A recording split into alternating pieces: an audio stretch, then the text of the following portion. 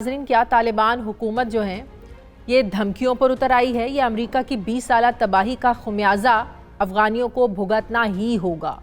کیونکہ ایک المناک انسانی بحران جنم لینے کو ہے۔ افغانستان میں قائم طالبان حکومت کو کوئی بھی ملک تسلیم کرنے کے لیے تیار نہیں ہے، جس پر طالبان حکومت کے ترجمان نے امریکہ کو واضح یہ میسج دیا ہے کہ ان کی حکومت کو تسلیم کیا جائے ورنہ دنیا کے لیے مسائل پیدا ہوں گے۔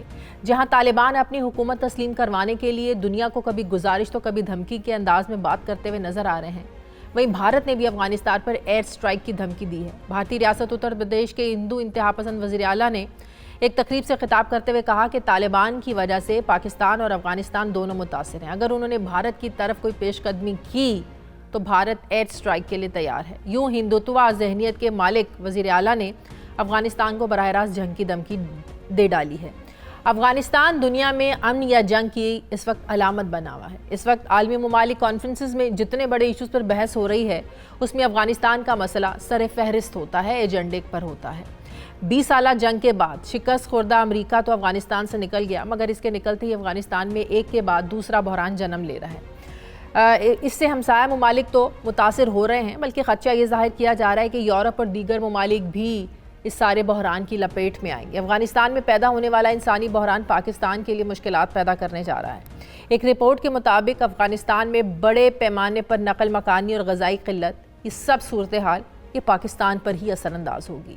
اس لیے پاکستان پوری دنیا سے یہ کہہ رہا ہے کہ خطے میں امن کے لیے ضروری ہے کہ افغانستان کو تسلیم کرتے ہوئے اس کی مدد کی جائے، جبکہ دنیا پاکستان کو بدلے میں شک کی نگاہ سے دیکھ رہی ہے۔ اب جہاں امریکہ افغانستان کے اثاثے منجمد کیے بیٹھا ہے، دنیا کی تنظیمیں اور ادارے افغانستان کی امداد روکے بیٹھے ہیں، کوئی سفارتی تعلقات استوار کرنے کو تیار نہیں ہے، اور طالبان حکومت دنیا کو اپنے آپ کو تسلیم کروانے کے لیے دھمکیاں دینے پر اتر آئی ہے، تو ایسے میں افغانستان کا مستقبل کیا ہوگا؟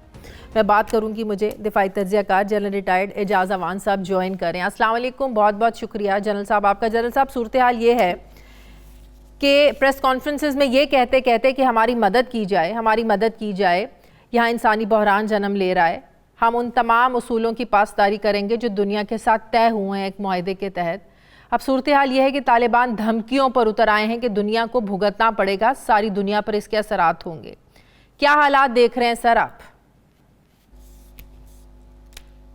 Thank you very much Shadia. دیکھیں، میں نہیں سمجھتا کہ وہ دھمکیاں دے رہے ہیں، وہ ایک گراؤنڈ ریالٹی ہے جس کو اپنے انداز میں they are putting it across to the world. یہ وہی طالبان ہیں جن کے ساتھ امریکہ نے 20 برس کے ملٹری آپشن کو ایکسرسائز کرنے کے بعد ایک معاہدہ کیا، اور انہوں نے ابھی تک اس معاہدے کی وائلیشن نہیں کی ہے۔ انہوں نے جاتی ہوئی امریکن فورسز پر حملہ نہیں کیا، انہوں نے جو وعدہ کیا تھا کہ ہم اپنی زمین کو استعمال نہیں ہونے دیں گے دہشت گردی کے لیے، یہ ان پر عمل پیرا تبھی ہو سکتے ہیں جب ان کی ایک وائبل گورنمنٹ ہو، اس کی ایکسیپٹیبلٹی ہو، دنیا اس کو تسلیم کرے، جو ان کے $9.2 بلین کے ایسٹس فریز کیے گئے ہیں ان کو لیکویڈیٹ کیا جائے، اور اسی طرح جو ان سے $4.2 بلین کا اینول وعدہ تھا 2023 تک دینے کا، اگر ان پر عمل پیرا ہوں تو میں سمجھتا ہوں کہ طالبان ہی وہ واحد قوت ہیں جو افغانستان کو بیرونی دہشت گرد تنظیموں سے پاک کرنے کی صلاحیت رکھتی ہیں۔ لیکن اگر امریکن حکومت اگر امن لانے کا اتنا سیدھا سادہ فارمولا ہے، آپ کو سمجھ میں آ رہا ہے، ہمیں سمجھ میں آ رہا ہے، دنیا کو سمجھ میں کیوں نہیں آ رہا؟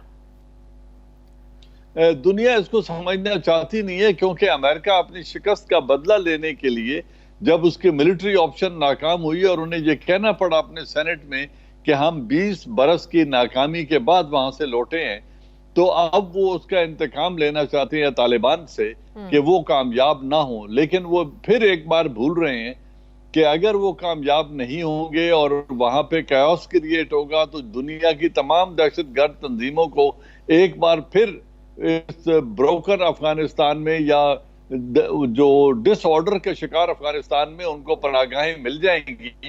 یہ ریجن کے لیے بھی ایک بری خبر ہوگی، اور میں آج یہ بھی امریکی ایک اخبار میں یہ خبر دیکھ رہی تھی کہ افغان فوجی طالبان جو ہیں، یہ ہم دیکھ چکے ہیں جنرل صاحب، جو افغان فوجی ہیں یہ طالبان سے محفوظ رہنے کے لیے داعش کا حصہ بن رہے ہیں، تو سر یہ تو بڑی جنرل صاحب الارمنگ سچویشن ہے۔ دیکھیں، یہ اپنے وہی جو انہوں نے پہلے کیا تھا اسی کو دہرا رہے ہیں کہ جب انہوں نے عراق کی آرمی کو تباہ کر دیا تھا اور عراق کے صدر کو ڈیپوز کر کے اس پر مقدمات چلا لیے تھے، تو عراقی آرمی نے آئیسس بنا لی تھی اپنے بدلے لینے کے لیے.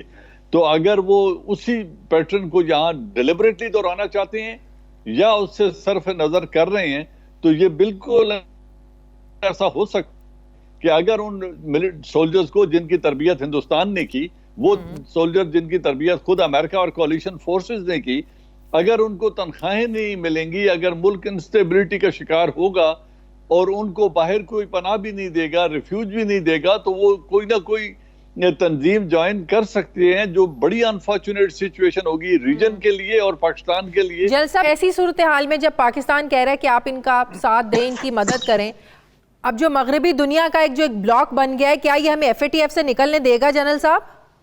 وہ دنیا جو ان کو ماننے کو تیار ہی نہیں ہے. نہ ایف اے ٹی ایف میں ڈالنے کی یہ وجہ تھی اور نہ نکلنے کی یہ وجہ بنے گی. اس کے مقاصد اور ہیں، اور وہ پاکستان کے اوپر جس وجہ سے دباؤ ڈالا جا رہا ہے اس کی اور بہت ساری جہتیں ہیں. اس میں چائنا ہے، اس میں انڈیا کے ساتھ ریلیشنز ہیں، انڈیا کی ہیجمنی کو ایکسیپٹ کرنے کی ڈیمانڈ ہے، نیوکلیئر فیسلٹیز کو بھی انڈائریکٹلی کیپ کرنے کی بات کسی سٹیج پہ آ جائے گی. وہ تو پاکستان کے رویے جو ہم ادھار لے کے ملک چلانے کی ہمیں لت پڑ چکی ہے، اس کی وجہ سے ہمارے اوپر یہ دباؤ آ رہا ہے. ورنہ نہ ہم ریسورس سٹاروڈ کنٹری ہیں، نہ ہمارے لوگوں کے ہاتھوں میں کوئی خدا نہ خواستہ ایسی بھی پرابلم نہیں ہے. پاکستان ایک صحت مند لوگوں کا ملک ہے. اللہ بھی ہماری ملک پر مہربان ہے. ہمارے 5 دریا بہتے ہیں، ہم اپنے آپ کو سروائیو کر سکتے ہیں، سسٹین بھی کر سکتے ہیں. لیکن ہمارے حکمرانوں نے رویہ یہ رکھا ہے کہ ملک کے اندر کا نظام بہتر نہیں کرنا، ٹیکس کلیکشن بہتر نہیں کرنی، لوگوں کو آمادہ نہیں کرنا ٹیکس دینے پر، اور قرض لے کر ملک چلانے ہیں اور پیرامڈز بنانے ہیں، جس کی وجہ سے ہم اس دباؤ کا شکار ہیں. لگتا ایسے ہے کہ حکومت نیب کے نئے قانون کو لے کر خود ہی کنفیوژن کا شکار ہے، کیونکہ حکومت نے تیسرا نیب آرڈیننس جاری کر دیا ہے جس کا اطلاق 6 اکتوبر سے ہوگا. چیئرمین نیب کو ہٹانے کا جو اختیار ہے یہ سپریم جوڈیشل کاؤنسل سے واپس لے کر صدر مملکت کو دے دیا گیا ہے، اور دھوکہ دہی، جعلی اکاؤنٹس اور فراڈ کے کیسز واپس نیب کو دے دیے گئے ہیں. اور یوں ایک بار ایسا لگتا ہے کہ نیب آرڈیننس کو لے کر حکومت یو ٹرن لے نہیں رہی بلکہ لے چکی ہے. پہلے اپوزیشن نیب قوانین پر تنقید کرتے ہوئے ان میں ترامیم چاہتی تھی، مگر حکومت کو سب اچھا لگ رہا تھا.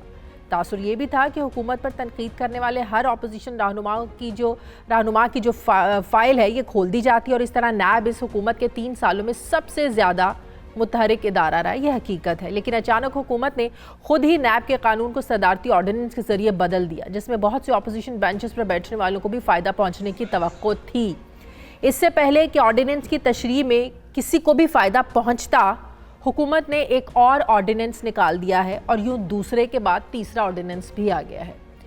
اب یہ کسی کے لیے NRO ہے یا کوئی ڈیل ہے، ڈھیل ہے، یا مزید شکنجہ ٹائٹ کیا گیا ہے، اس پر تو حکومت اور وزارت قانون کی تشریح واضح کرے گی. لیکن وہ کیا کہتے ہیں نا کہ یاد ماضی عذاب ہے یارب، چھین لے مجھ سے حافظہ میرا. حکومت میں احتساب کے روح رواں شہزاد اکبر صاحب اربوں روپے کی ریکوری کو نیب کی کارکردگی بتاتے ہیں، لیکن اپوزیشن کے رہنماؤں سے کیا ریکور ہوا، وہاں کارکردگی 0/0 ہی نظر آتی ہے.